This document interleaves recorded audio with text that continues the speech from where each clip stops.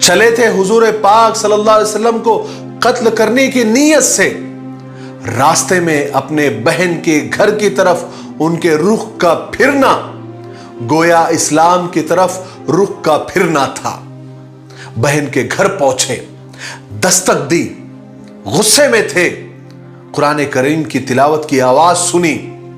अंदर हजरत खब्बाब हजरत उमर की बहन फातिमा और उनके शौहर हजरत सईद बिन जैद को कुरान शरीफ की तालीम दे रहे थे, सिखा रहे थे।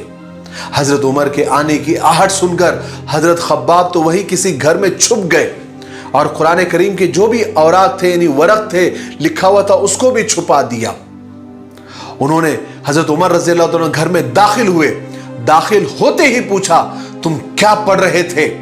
और फौरन अपने बहनोई सईद बिन जैद को पकड़कर नीचे गिराया और मारना शुरू किया। इतना मारा कि लहू लुहान हो गए। और मारते भी जाते थे और ये कहते भी जाते थे, तुमने मोहम्मद के दीन को कबूल क्यों किया?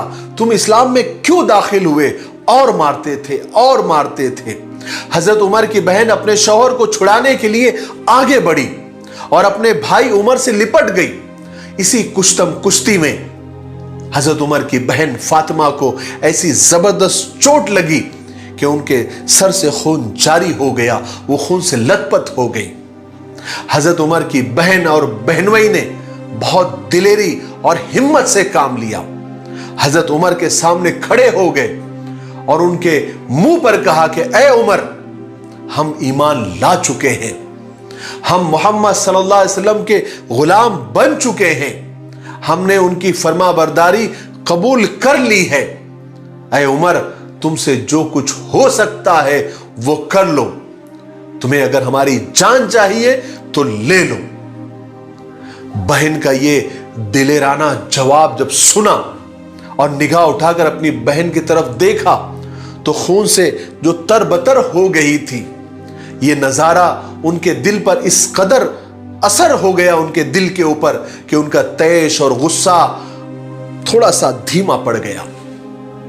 हजरत उमर ने अपनी बहन से कहा कि अच्छा, मुझे जरा वो कलाम तो दिखाओ जो तुम अभी पढ़ रहे थे, जिसके पढ़ने की आवाज मैंने घर में दाखिल होने से पहले सुनी थी। चूंकि हजरत उमर रजी अल्लाह तआला अन्हु की ये बात गुस्से में नहीं थी, इसलिए बहन को भी और जुर्रत हो गई। तो बहन ने कहा कि भाई, तुम पहले गुस्ल कर लो, तब हम ये वरक, ये सहीफे तुमको पढ़ने के लिए दे सकते हैं।